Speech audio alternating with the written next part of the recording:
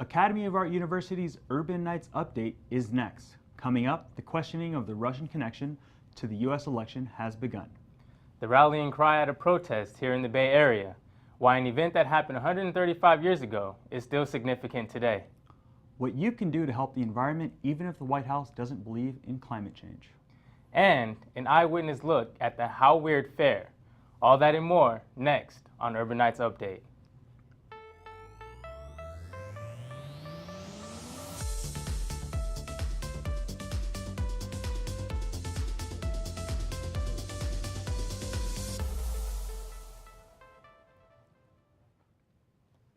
Hi there, and thanks for watching us here at Academy of Art University's Urban Nights Update. Paulo Picardo is joining me. I'm Craig Maddox. Here's what we've been working on. On Sunday, France will inaugurate its youngest leader since Napoleon. 39-year-old Emmanuel Macron defeated far-right candidate Marine Le Pen with 66% of the vote in Sunday's runoff election. Macron ran as a moderate candidate supporting globalization and centrist policies. His victory is a stark contrast to the populist trends that saw the election of Donald Trump and Beatrix over the past years. While this is not the end of populist politics, it is definitely a strong sign that its influence might be awakening. The investigation into Russian influence on the U.S. presidential election has begun. Monday, former Acting General Sally Yates began her testimony, the first time she has spoken publicly since President Trump fired her. She told the Senate committee that she had warned the president that there was evidence that General Michael Flynn had ties to Russia and could be blackmailed. In spite of that, and a warning from President Obama not to appoint him, Trump hired Flynn as his national security advisor. Flynn was forced to resign weeks later when it became public that he had lied to the White House about his ties to Russia. It looks like the Pentagon wants to lease an apartment in the Trump Tower in New York. It will be used as a secure military office for President Trump's convenience. The Democrats have expressed concern for the leasing of this property as renting privately owned offices are unethical and unfair to paying taxpayers. A China pitch by Nicole Kushner renews controversy over visa program for the wealthy. Nicole, the sister of White House advisor Jared Kushner, made her way to Beijing, China less than 24 hours after President Trump extended the visa program. Kushner appeared at an event where she used the name of her brother to gain publicity and seek $500,000 in investments of a family-owned luxury apartment. There is a loophole that guarantees a U.S. visa for foreigners who invest $500,000 or more in an American business that can provide jobs. So-called sanctuary cities have been banned following a new law signed by Governor of Texas, Greg Abbott. Before the bill, authorities were limited on the collection or sharing of an individual's immigration status. Abbott says it was necessary to ensure the safety of residents of the state. Texas strongly supports legal immigration, but officials say legal immigration is different from harboring people who have committed dangerous crimes. A law aimed at excluding a race of people is still having impact 135 years later. Over the weekend, an immigration rally was held in Chinatown. It commemorated the 1882 passage of the Chinese Exclusion Act. Now with proposed travel bans, protesters raised parallels between the two. Sarah Rosenthal went to the rally to find out more. People came out to a rally in Chinatown this weekend to protest exclusion. This rally was also important because it was the 135th anniversary of the Chinese Exclusion Act. Trump administration in the White House is scapegoating problems on Muslims, Latinos, and refugees with his travel ban. We stand opposed to it, sound and loud. So today, 135 years later, other Asian Americans, South Asian Americans, are being attacked in hate crimes across America because they look Muslim. South Asian Americans recently have been killed in hate crimes, just like Vincent Chin was, in Kansas, in Washington State, and North Carolina, just to name a few places. We say no more exclusion. All of us or none of us. All of us or none of us. Never again. Never again. One more. Never again. We continue to receive calls from people who have been assaulted, harassed, of children being bullied, even by other adults. I was blessed with my twin tongue. I'm fighting a tradition that's been here centuries before I learned how to clench my fist. One which believes an Eastern brown boy like I am fortunate to at least have a Western upbringing, since I wasn't lucky enough to be white. My family is proud of this long history of assimilation. This tradition, along with my resistance against it, has forked my tongue in two. Se puede, si se puede. This rally brought together a lot of races and religions for one big cause. In Chinatown, I'm Sarah Rosenthal for your Urban Nights Update. Organizers are thinking of holding other rallies in the future. The Trump administration is trying to smooth out the friction with the Latino community. On May 5th, Vice President Mike Pence hosted a reception celebrating Cinco de Mayo. This event, usually attended by the president, in his remarks, Pence praised Mexican-American and Hispanic-American communities as being one of the most vibrant threads in our national fabric, directly addressing immigration. The U.S. Senate is now facing the Republican version of the health care plan. Last week, the House of Representatives passed a version that rolled back much of what the Obama administration had put in place. Critics say it puts a heavy burden on the poor people, the elderly, and people who have health problems, while favoring the wealthy. The next step is for the Senate to come up with its own plan to have that version resolved in joint committee with the Senate and the House, and for both houses to approve a final version and send it to the president. The Senate Republicans now working on the bill are a committee of 13 men and no women.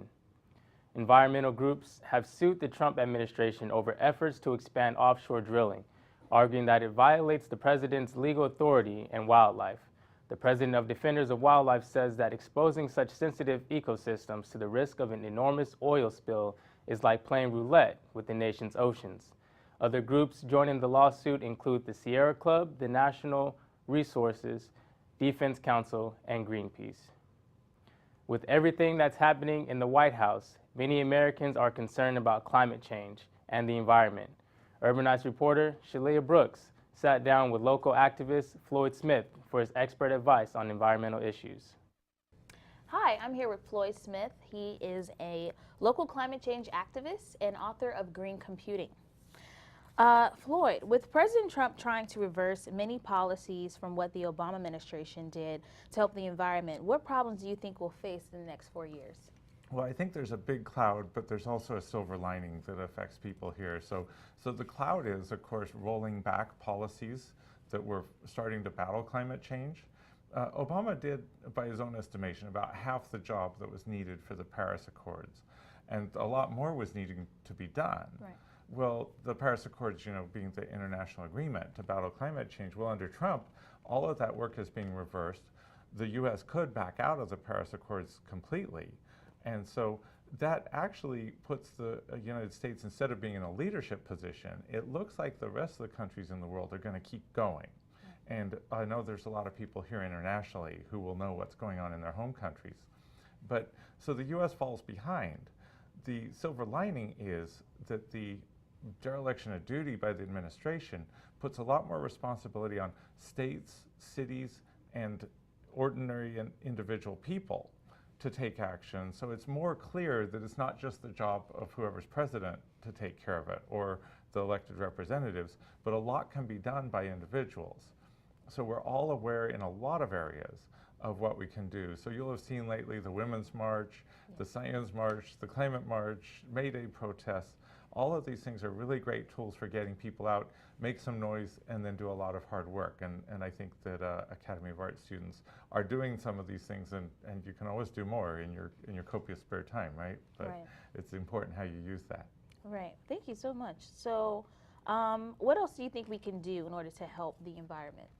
Well, I think that there's several levels that you can take action on, and you have to disambiguate your different roles in the world and in life and in work. So the first thing is that as a citizen, I think that joining one group that really speaks to concern of yours, and it doesn't have to be the environment, it can be looking after animals, it can be educating people who aren't getting educated, women's rights, all of these things together If we had better education internationally, for instance, we probably wouldn't have the severe climate change problem we have, right? Yeah. All of these things fit together. If there's equal rights, then there's more self-determination and people can act responsibly as citizens. So all of these things, any cause that you're into, find some way to stay involved with it as a citizen. Then you're currently, people here are mostly students, so as a student, there are things that you can do both within the program that you're in. So it's specific to, for instance, if you're in landscape architecture, well, obviously you can do a lot around climate change, around, and also being smart about as the heat increases and often rainfall decreases or it comes in waves instead of spread out. Yeah. You know, you can do that differently. But there's a surprising number of fashion. A lot of people are really interested in responsibly sourced materials and fabrics. That's true. Maybe think about the carbon footprint of that runway show that you're putting on, you know, and do better than other people. Yeah. You don't have to go to perfect right away. Yeah. Just making an improvement and then letting people know you're doing it, that creates a virtuous cycle. And then finally, as you get work coming out of school, you have the opportunity to both change the way you do your job and influence your workplace. And of course it's slow. I mean, the ultimate way to have a low carbon footprint is to be unemployed and stay home, right? But that's not where we're trying to go with this. Right. We actually want to be involved in things and find smart and responsible ways to make a difference. Right. Thank you so much. Oh, tell us about your involvement with 350 Bay Area. So 350 Bay Area started out as an international effort, and the 350 means let's get the level of CO2 back from the current 420 parts per million. This is a very nerdy argument, but cut it by about a seventh back to 350. It started out as 280, so you can see that we've gone a long way from where we were. Right. So if we get it back to 350, then that means that the climate will stay relatively well balanced, but we're heading in the other direction. Kind of the affinity group that I'm involved with, 350 Bay Area, brings that thinking to the Bay Area, and we have a lot of influence in Sacramento as well. So when you talk about positive action, one group that I encourage people to consider joining, there's a San Francisco chapter of 350 Bay Area. So if you just Google 350 SF, they have regular meetings here in San Francisco.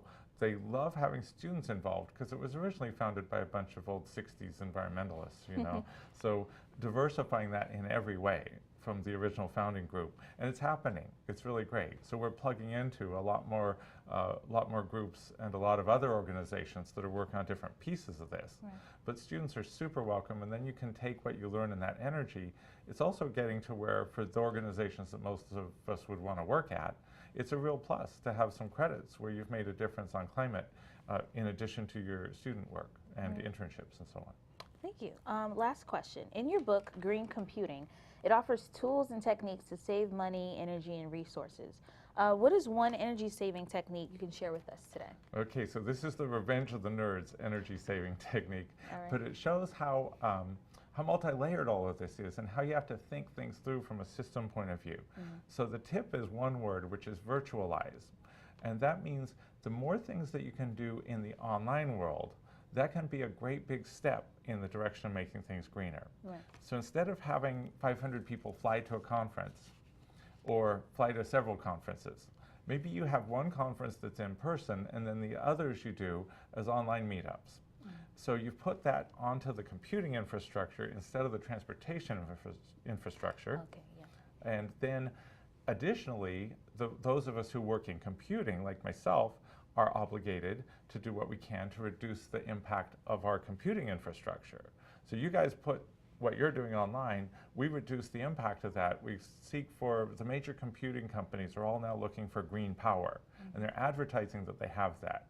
They're looking to green their supply chains and their manufacturing and everything about it. So it really is a joint effort. But the more things that you can do online, that's the easiest thing to reduce the impact of. It's going to be a long time before we have really green airplanes. I mean, that could be, this stuff changes slowly. It could be 100 years. Yeah. Green building takes decades to take effect. But if you put stuff online, then it can be improved pretty quickly. So that's one of the things, but all of the people here in all of the different programs, people here are the leaders and the entrepreneurs and everything else, so the creative force tomorrow. specific art projects that bring awareness to people, and the way that you do your work in the years ahead, whether that's nonprofit, individual, in a company, in an educational institution, all of these things, you have such a great opportunity to make a difference. And it's kind of a way of making a political statement right now as well. Right. Thank you so much, Floyd. All right. Thank you so much. Back to you in the studio. Thank you. Thanks, Floyd and Chilea. The wettest Northern California winter on record and some warm weather resulting in booming waterfalls in Yosemite National Park. The water levels in Yosemite Valley are 1 foot over the flood stage. There are many visitors who come to photograph these waterfalls. As a consequence, it has become difficult to book a hotel in Yosemite, and it is also hard to find a backcountry camping site. Once again, California is helping to lead the way on steps to help halt climate change. A new bill, the floor of the Senate, will create price minimums and maximums for what's known as cap and trade permits. That's a policy that limits the overall amount of greenhouse cap emissions by allowing companies to go over legal limits for a price. This new bill will prevent prices from going too high and ensure costs won't be passed on to customers. The new bill will also continue the program beyond the year 2020. The Earth continues to face a crisis and no one seems to care. In 2015, over 60 countries signed and agreed to keep the temperature rise under 2 degrees Celsius 2 years later, and not a single one has upheld this agreement.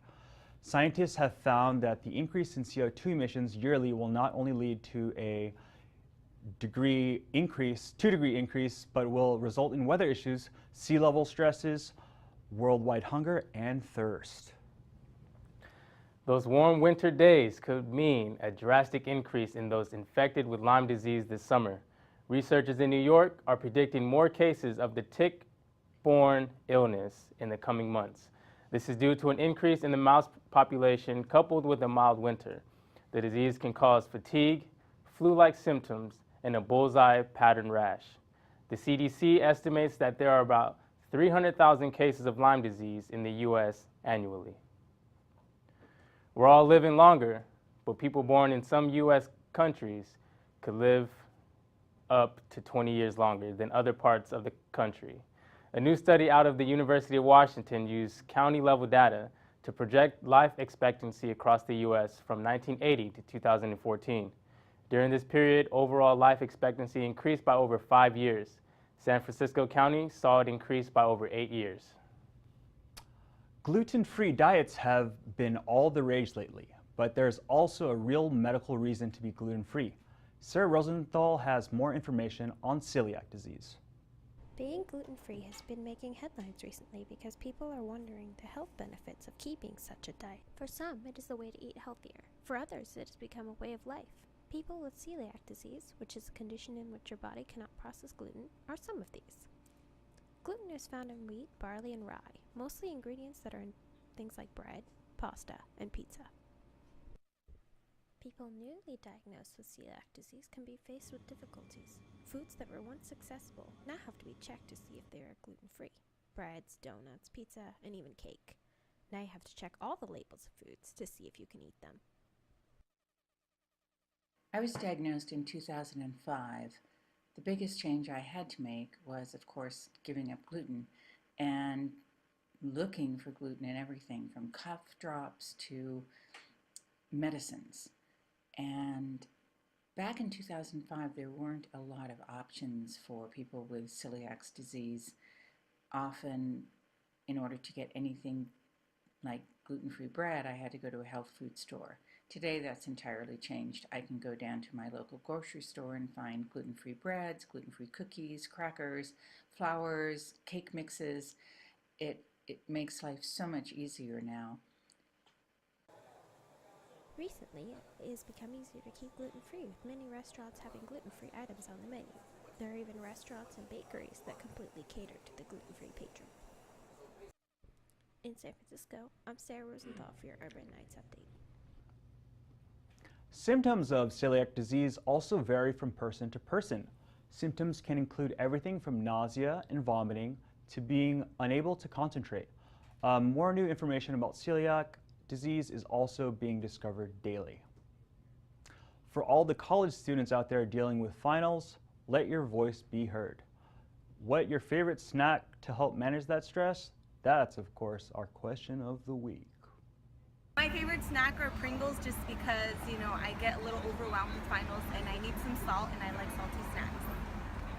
Just a bottle of water, because even though a lot of people do like junk food that has sugar that helps energize them, but it's gonna die out quickly. For a bottle of water, it helps you energize more, but it doesn't kill you, you know? Any type of junk food, so French fries, potato chips, candy, basically anything that makes me feel horrible. Yeah, that's kind of what I resort to.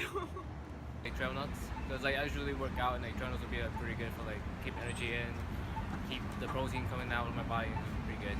M&Ms because I've always grown up with that candy, and I've always really liked it, and it helps me relax. Apples and peanut butter. I heard that it's really good for focusing, and it's something that keeps me filled longer, so I don't have to constantly keep snacking on stuff.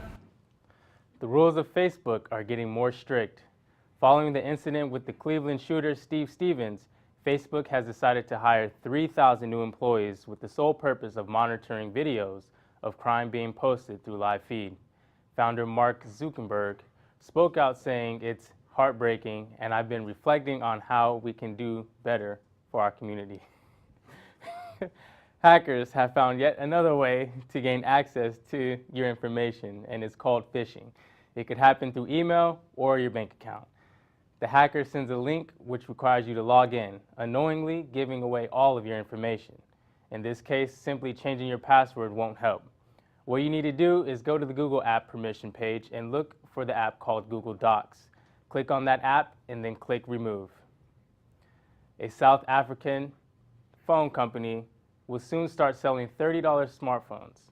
Onyx Connect prepares to launch a 1 gigabyte, 4-inch smartphone with front and back facing cameras, which runs the latest Android 7 software.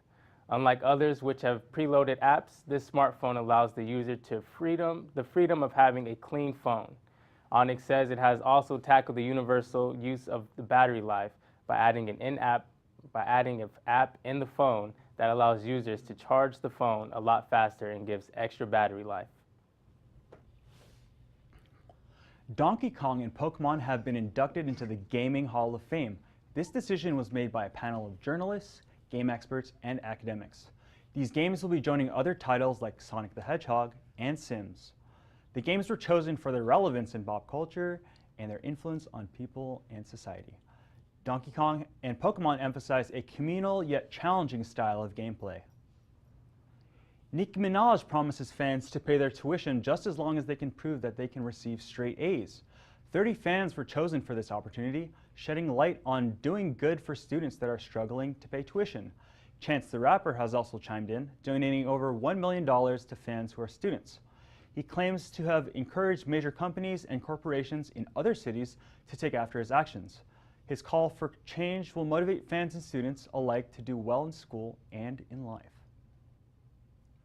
This year, MTV honored movies and television shows, calling it the MTV Movie and TV Awards. Here are a few highlights of the winners. Beauty and the Beast won Movie of the Year, going against Get Out and Rogue One. Stranger Things captured audiences and won Show of the Year. Trevor Noah won for Best Host for The Daily Show. Tarji P. Henson gave a memorable acceptance speech as she won the award for Best Hero in Hidden Figures. The Fast and the Furious franchise won the Generation Award. And last but not least, Best Kiss Award winner was Ashton Sanders and Gerald Jerome in the Oscar-winning movie Moonlight. Now let's go to Nolly for more entertainment news. Hi, this week a lot of movies are opening, including Snatched. It's a new romantic comedy and tells the story of a woman longing for her ideal vacation. Things start off chic as her boyfriend is close to running her dream trip with a breakup. To help her cope, she figures a mother-daughter trip is other and heads out to South America. The trip takes a turn for the worst of drug dealers kidnap them. Follow this romantic comedy trip in trailer May 12th. Another new trailer arrived. This saga story of Alien continues with a new film titled Alien Covenant. The film introduces a new mission to start human life in a new world. With a ship full of couples set out to explore the new world, a homebody creature is awakened and doesn't seem too keen on having new neighbors. The mysterious creature becomes familiar as the alien begins harrying the crew. Let's take a look at the trailer. What happened here?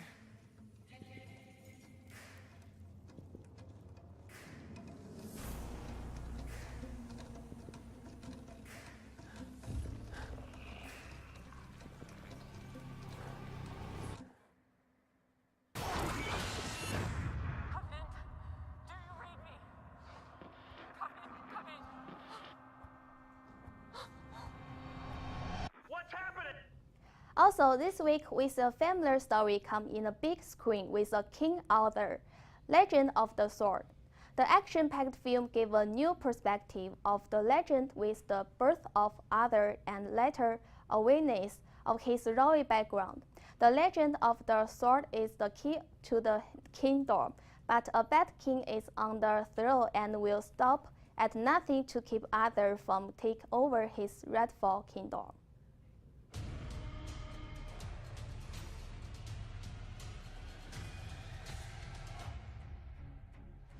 Why is the water dropped?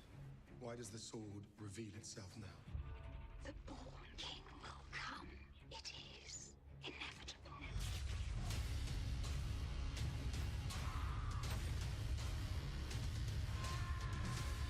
That sword belongs to me. Are you scared? I think I can manage. You should be scared.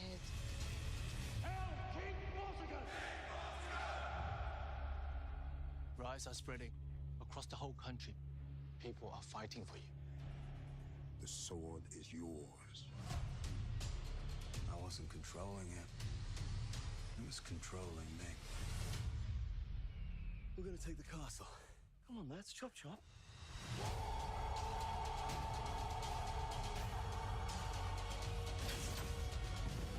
You created me. You wanted the prophecy. Raise that sword. Show the people the power of Excalibur.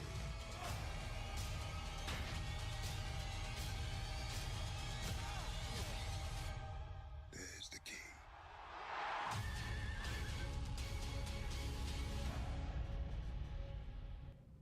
That's all we have on entertainment. See you at the movies.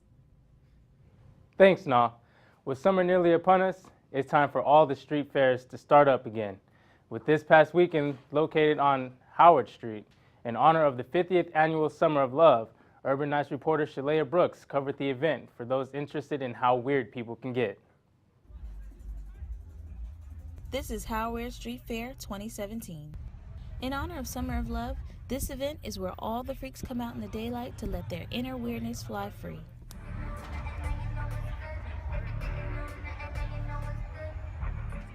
And where various vendors sell items you'll never find in stores. Every year they welcome new vendors to sell intricate products, like Jamie Econoli, who sells gemstone jewelry. Basically, I use a 5-step process. I hand forge the metal, I solder it, I hammer it, polish it, and if it needs to be sealed, I use a sealer on it. I do a lot of traveling, and so I pick up stones in sometimes different parts of the world, different parts of the country, gem and mineral shows and such. But she's not the only vendor selling gemstone jewelry. Many people collect these stones for their special energy powers, like malachite for balance and abundance, amethyst for peace, and clear quartz for healing. And if you didn't come dressed, there are plenty of vendors to help you blend right in.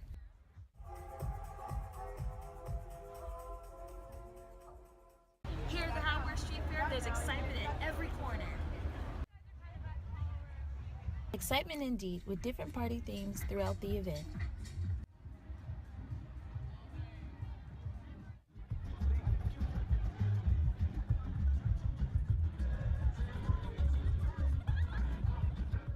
In honor of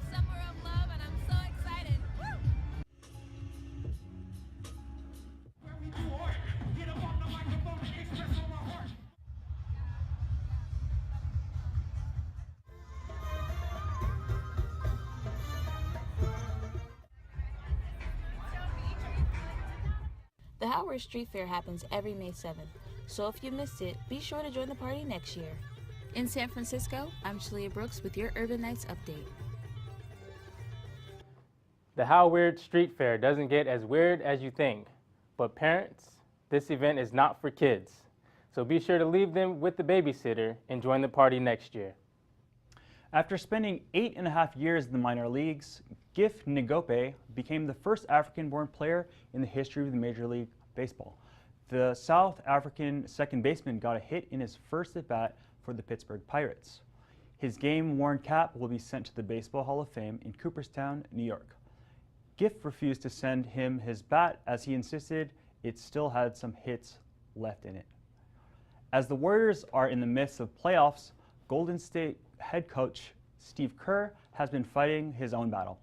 He has missed a majority of this year's playoffs with symptoms related to complications from a 2015 back injury, but a procedure at Duke University last Friday could help him get back on the court. Warriors management wouldn't give any specific details on Kerr's return, but they say he is on the path to recovery. 26 seconds too slow. That's how close Eliud Kipchoge was to running a sub 2-hour marathon this past weekend. The feat has never been accomplished. He ran as a part of a Nike-sponsored event at the Monza Grand Prix circuit in Italy. Although it won't be officially recorded as the world's record, it is the fastest time a marathon has ever been run. To give you an idea of how fast Eliud was running, he completed each mile in an average of 4 minutes and 36 seconds. That is the equivalent of running a 17-second 100-meter race, 422 times. For a look inside sports here at the Academy of Art University, we go to Nina Magpusau for more.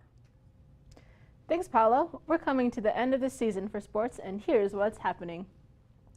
During one of the Academy's most successful seasons, women's tennis had 3 players honored with the 2017 All-Pac West Awards. The players included the Thel Lentorp twins, Alma and Clara. Monika Stanikova was also given the honor. The twins ranked number 5 in the country, while Stanikova ranks 11th in the region. The trio has helped the Urban Knights achieve a number 9 national ranking. Academy of Art and Hawaii Pacific University met yet again for the 3rd time in the West Regionals. Despite an impressive attempt to erase a 2-1 deficit after doubles, the Urban Knights fell short and the Sharks prevailed. Art U finished their year with a 17-5 record, matching the farthest that any Art U women's team has ever reached before. With the NCAA Nationals less than 3 weeks away, our Urban Knights had some impressive scores at the Oxy Invitational on Saturday. Mabalade Ajamale has more to reflect on the season. I think one thing the entire team took away from this was just be patient. I know a lot of us have been trying to run hard and fast all season, but I think now it's finally time for us to start doing that, and it's happening. So we just finally learned to be patient and wait for the times to come, and they did come. So. Staying sharp for nationals, Ajamale saw action in both the 400-meter and the men's 4x100-meter. He crossed the finish line at 47.4, his quickest mark to date and the 21st fastest time by an NCAA Division II athlete by far. Going into it, I saw the times, same as last year. I figured there wouldn't be anyone near me. So going into the race, I just had the mentality of I'm going to go out there and run as hard as I can for my benefit. You know, like at the end of the day, I'm not running against people, I'm running against the clock. So that was my mentality going into it anyway. So regardless of who was there beside me, I wasn't running to compete, I was running to drop a time. Christian Carter, McCain Ricketts, and Craig Maddox also joined Ajamale for a season-best 40.67 in the 4x100 relay. 1 week after their personal best at the Pac West Conference, the Art U quartet found themselves 12th in the country. Academy of Art has one final regular season meet with University of San Francisco on Saturday, May 13th at SF State's Cox Stadium. Be sure to cheer our Knights on. That will do it for this week. I'm Nina Magpusau. Back to you. Thanks, Nina, and that wraps it up for this final edition of Academy of Art University's Urban Knights Update. I'm Paolo Picardo. And I'm Craig Maddox. We'll be on summer break, but you can join us when we return in the fall. Thanks for watching. See you back next semester.